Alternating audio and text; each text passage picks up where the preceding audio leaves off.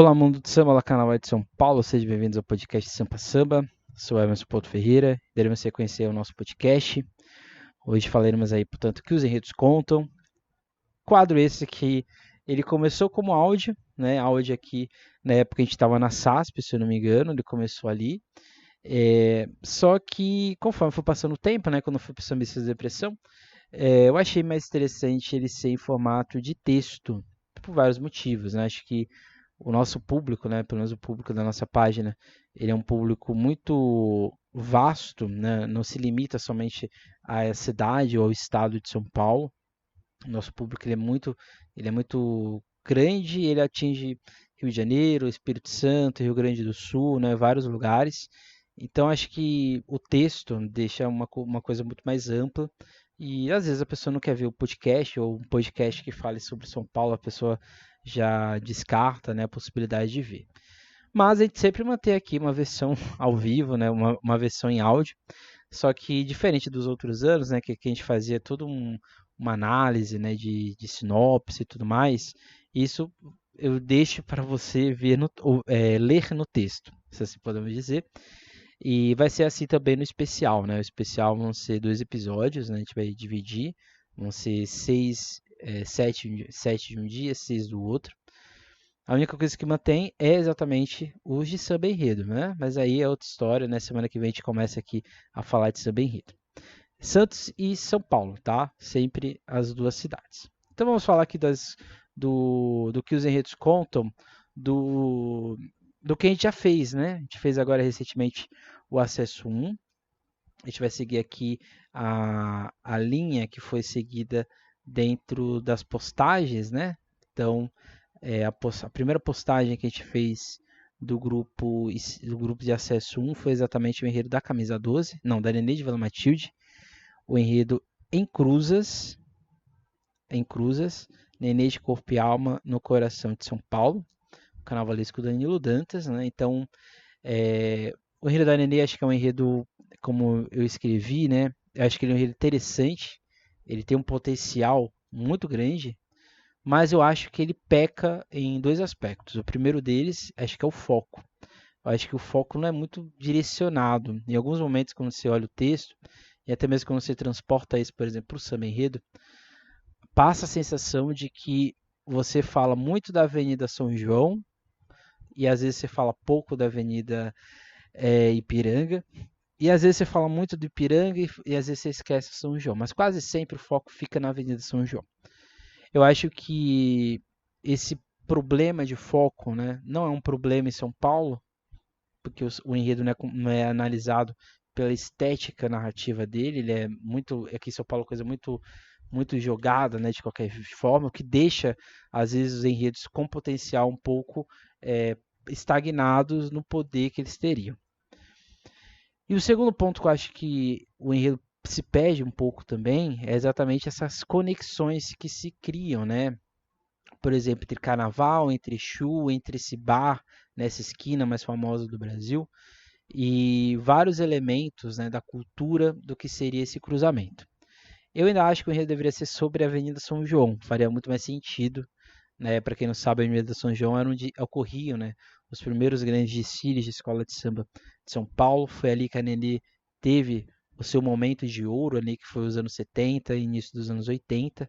Foi ali que a Nenê de Vila Matilde, de fato, criou-se, né, essa fama, né, essa peregrinação pela cidade como um todo. Tirando isso, eu acho que o enredo ele é interessante, né, ele pode ter uma fácil conexão, mas eu acho que ele fala-se de muita coisa, ao mesmo tempo não se fala de nada, né?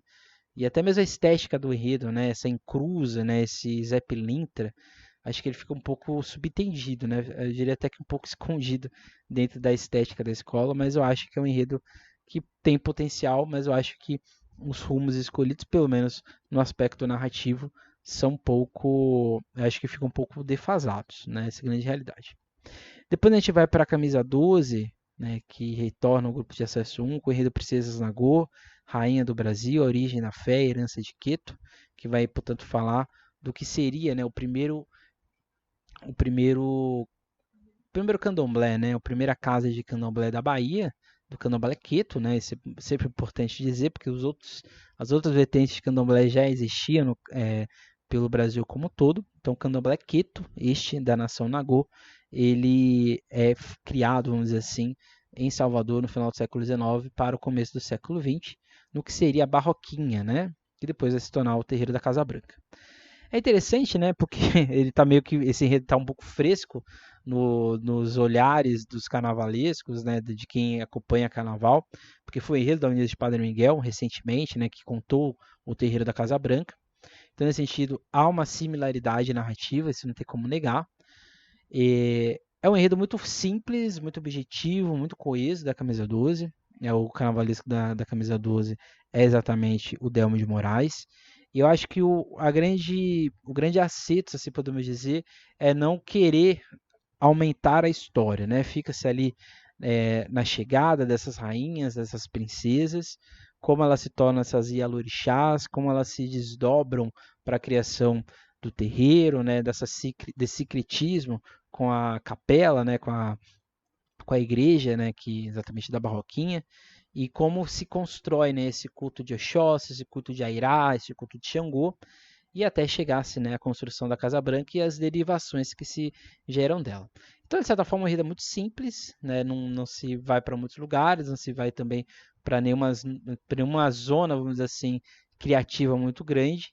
Então, nesse sentido, ele acerta porque ele consegue, né, passar a mensagem e isso fica muito nítido. Embora eu ache que, em alguns momentos, né, as princesas, assim podemos dizer, elas são coadjuvantes da história que, em tese, elas deveriam ser protagonistas, né? Eu acho que fica-se muito no secretismo, né? Fica-se muito no culto aos orixás e se esquece um pouco de contar quem eram essas mulheres, né? A importância desse matriarcado. Mas eu acho que é um enredo muito interessante, né? Esse enredo da Camisa 12. Depois a gente foi para o enredo da Pérola Negra, que retorna, né, ao grupo, né? Valeme Cangaceira, a Ritada Maria, que abala, gira, valente, bonita e que vence demanda do carnavalesco André Machado. Eu acho que é muito interessante a proposta, né? O André vai pro terceiro, pelo menos que eu me lembro, é o terceiro carnaval que ele fala-se de cangaço, né? Foi a Mancha Verde, a Amazonense e agora aqui a Pérola Negra. Acho interessante uma visão de cangaço fora do lampião, né? Acho que a gente fica muito no lampião, né? Nos cangaceiros como um todo e a gente esquece da visão feminina, né? Ou a mulher dentro deste cangaço. É interessante trazer Maria Bonita como centro narrativo. Eu acho que é curioso você pensar uma mulher nos anos 30 entrando no cangaço. Isso é uma coisa muito acima, né? Ou muito fora da lógica deste Brasil que a mulher ainda nem tinha poder de voto.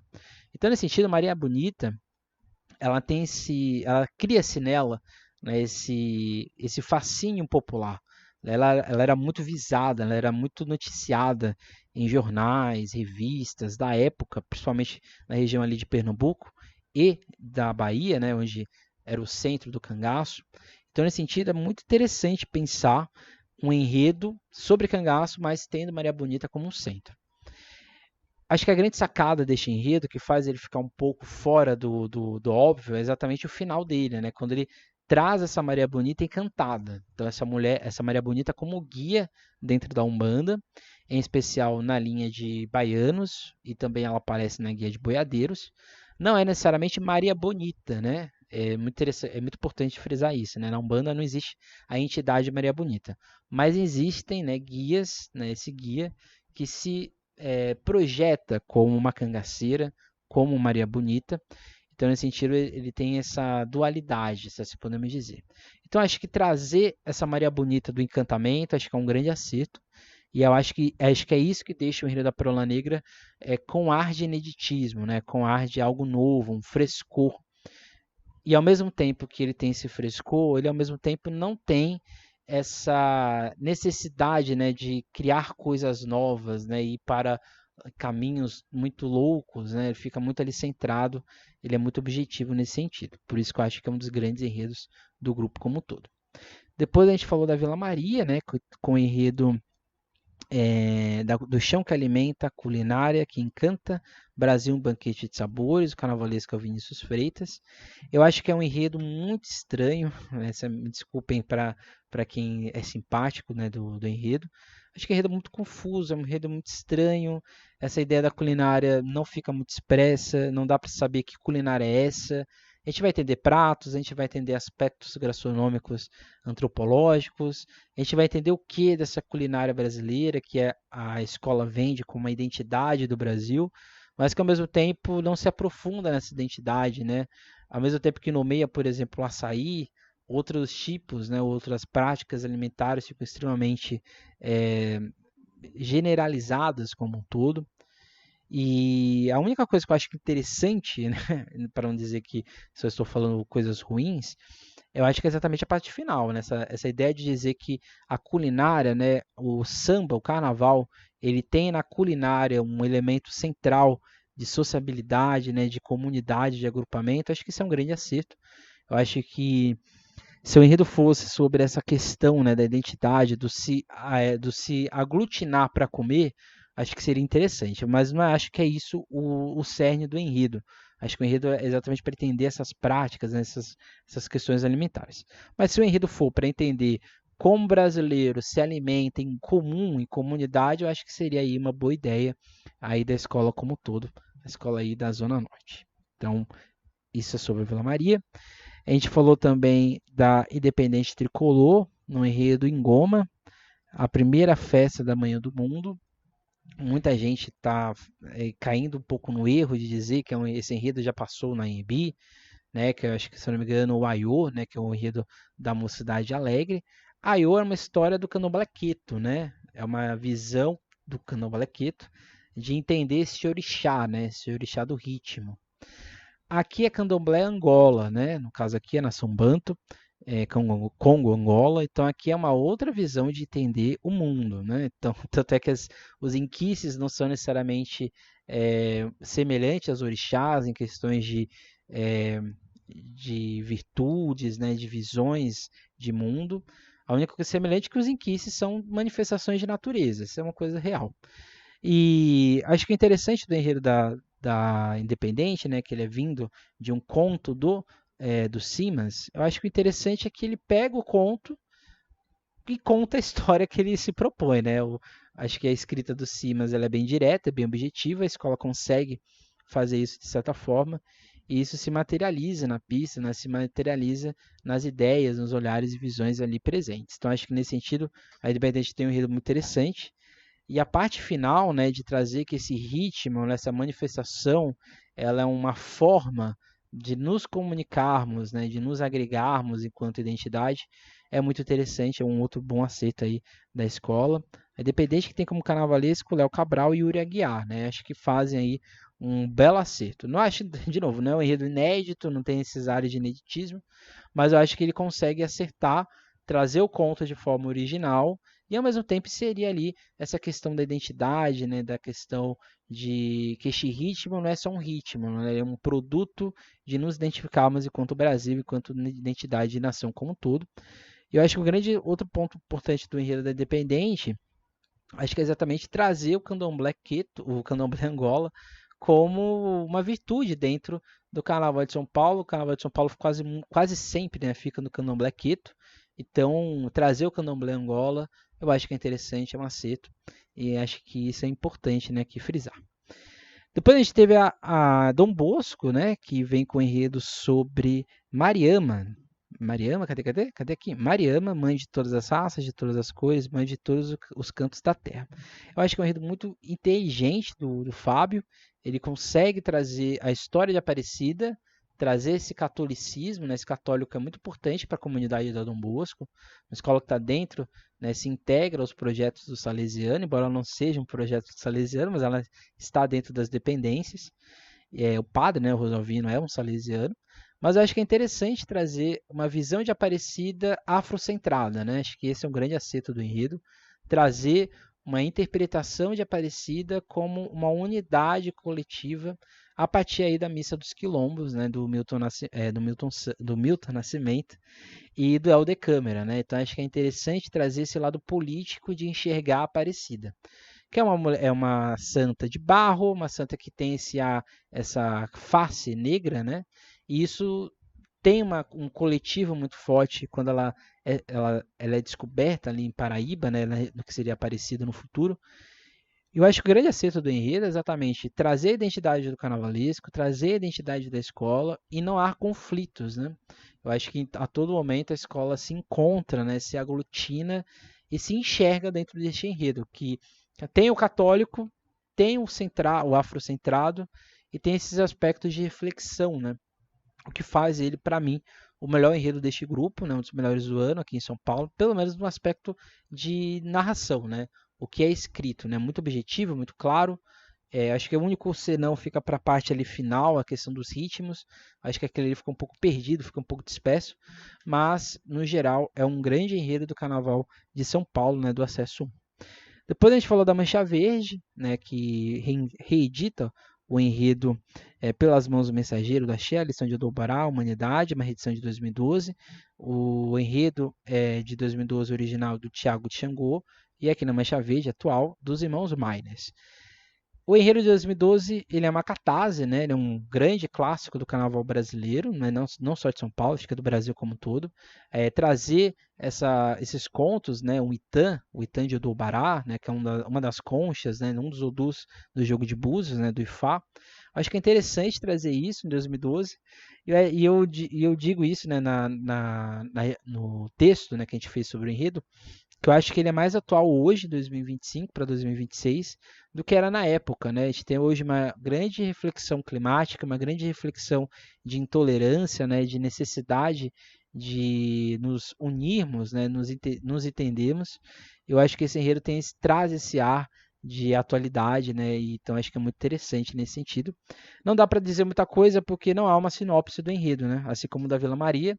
Então a gente se baseia muito do que foi 2012 e das potencialidades que ele tem. O último enredo que a gente falou foi da Tucuruvi, né, o Anti-Herói Brasil, do Nicolas Gonçalves, né, e é um enredo muito interessante, né, de trazer o anti-herói, a visão de anti-herói dentro do Brasil, mas não só de entender o que é um anti-herói, é entender esse anti-herói numa realidade, né, de que a escola até brinca, né, não é o maniqueísmo, né, não é o bem e o mal.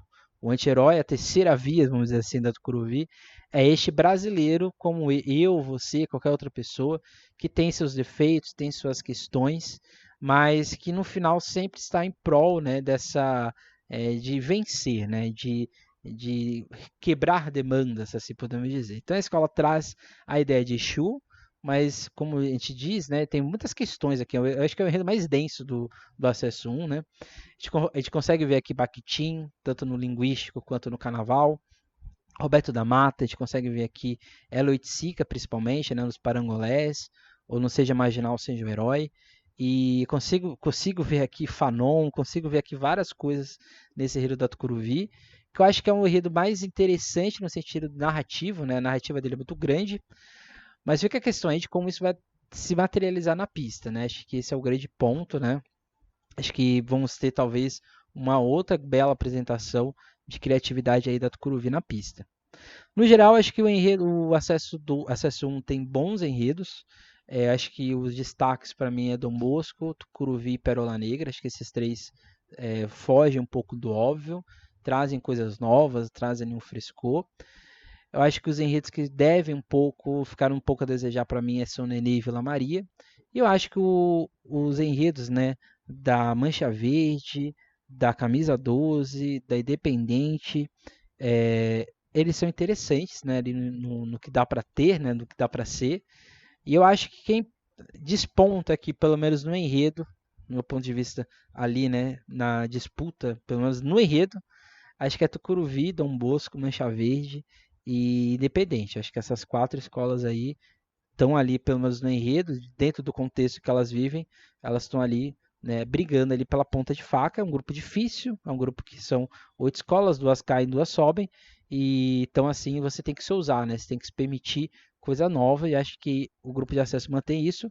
Acho que não na qualidade que a gente já teve nos anteriores, mas eu acho que mesmo assim a gente tem enredos interessantes, enredos que poderiam estar no grupo especial, mas que estão aqui no grupo de acesso 1 no domingo, que vai passar ali na pista. A gente vai ver a nossa análise de samba mais para frente com o Dinei. A gente vai ali analisar os conceitos ropes de enredo.